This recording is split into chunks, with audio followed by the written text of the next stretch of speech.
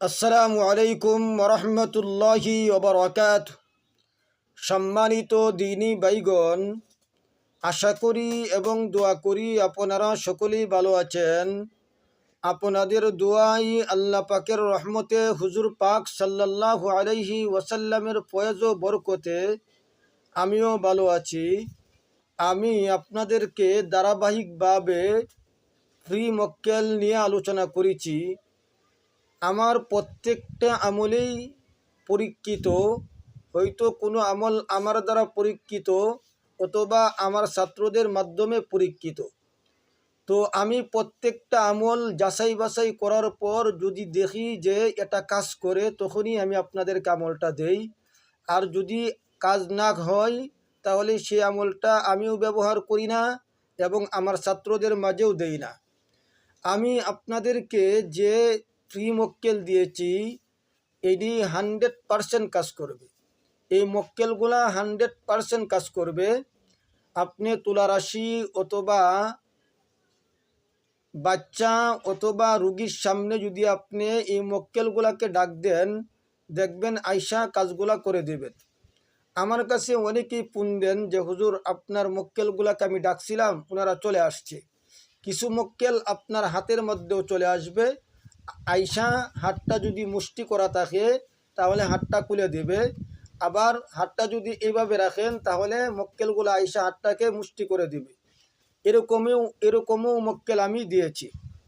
তো আমার প্রত্যেকটা আমলেই যেহেতু গ্রহণযোগ্য, এজন্য আমি আপনাদের মাঝে এই আমলগুলা দিচ্ছি। আপনারা করে দেখবেন, কইরা তারপরে আমাকে জিজ্ঞাসা করবেন যে হুজুর কাজটা হয়েছে কিনা।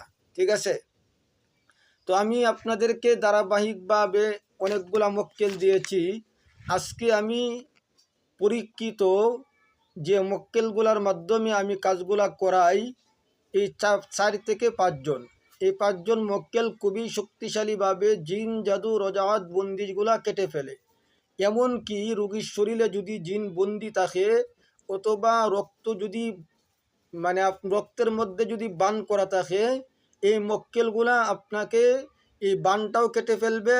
যদি জিন যদি শরীরে বন্দি থাকে, সেটাকে টেনে হেসড়ে বের করে দিবে। এমনকি যদি আপনার কবরের মধ্যে সেহের করা থাকে অথবা গাছের মধ্যে যদি জাদু করা থাকে, কবরের মধ্যে যদি জাদু করা থাকে অথবা সাগরের নিচে যদি জাদু করা থাকে, অথবা আপনাকে এমন একটা সেহের করছে যেটা জিন্নাতের জগতে আপনাকে সেহেরটা নিয়ে তারা গিট করে রাখছে, সেই সেহেরটা আমি যে প্রি মক্কেল দিচ্ছি, ওনারা এগুলা কাজগুলা করে দিতে পারে। আজকে আমি যে 4 থেকে 5 জন মক্কেল দিব, এই মক্কেলের মাধ্যমে আপনি জিন জাদু রজাওয়াত বন্দিশ গুলাকে ধ্বংস করাইতে পারবেন। 100% কাজ করবে। আপনারা আমলগুলা করবেন, তারপরে আমাকে রিপোর্ট করবেন। তো আমার কাছে অনেকেই ফোন করেন যে হুজুর, আমি ডাকছিলাম, ওনারা আইসা কাজগুলা করে দিয়ে গেছে, তো আমার দিকে একটু সুনজর রাখেন। আমি বলছি হ্যাঁ, সমস্যা নেই। আপনার যদি হেফাজতের আমল থাকে, তাহলে আপনারা এই মক্কেলগুলার দ্বারা কাজ করাইতে পারবেন।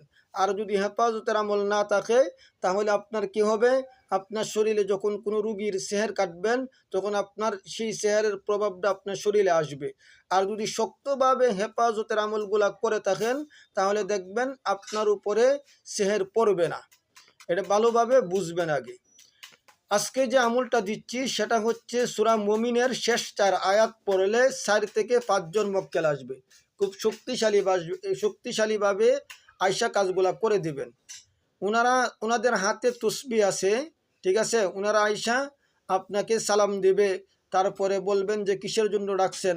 তখন আদবের সাথে বলবেন যে হুজুর, ওই রুগীটা অনেকদিন কষ্টে আছে অথবা জিন জাদু রোজাতে শিকার আছে, আপনি একটু কাজগুলা করে দেন। দেখবেন 100% কাজগুলা করে দেবে।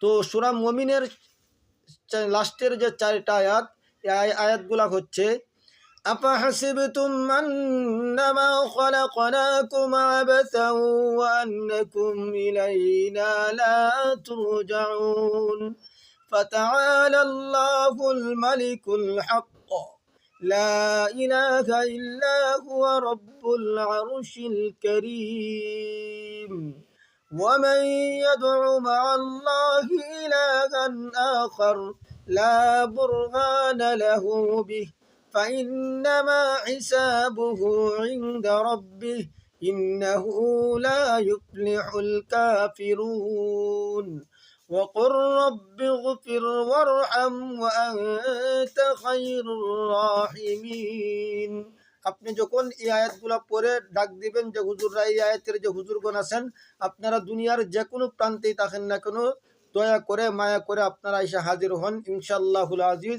অবশ্যই অবশ্যই চলে আসবে আমার জন্য আপনারা দোয়া করবেন আমিও আপনাদের জন্য দোয়া করি আসসালামু আলাইকুম ওয়া রাহমাতুল্লাহি ওয়া বারাকাতুহু